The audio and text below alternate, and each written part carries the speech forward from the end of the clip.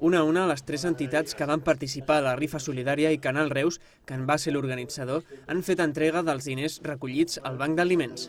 L'Orfeó Reusenc, el Bou de Reus i la Germandat de Sant Isidre i Santa Llúcia, així com aquesta casa, han assegurat que la segona edició d'aquest babola solidari ha conclòs amb satisfacció i que ara esperen que la resposta de la població es tradueixi en ajuda directa a la ciutat. Totes les entitats, suposo, de Reus estem abocats en aquests moments de crisi a poder mirar de solucionar una mica els problemes d'alta consum abans. Llavors, si amb aquest fet puntual, que és el sorteig de la rifa de panellets i confitura, podem aportar el nostre gra d'arena, crec que és benvingut. És una de les formes que podem ajudar, creiem nosaltres, d'una manera o altra, a molta gent que en aquests moments ho deuen passar bastant malament. La reacció de la gent ha sigut molt positiva i tant els nostres socis i membres de la nostra colla, doncs de seguida vam tindre un gran suport.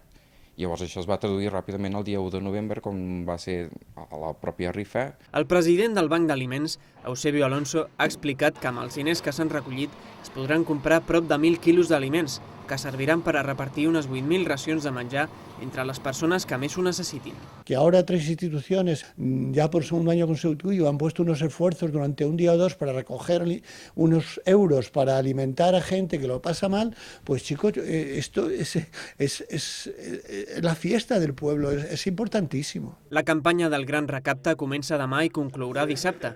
Des del Banc d'Aliments afirmen que l'ajuda més necessària és el voluntariat i que continuen necessitant persones.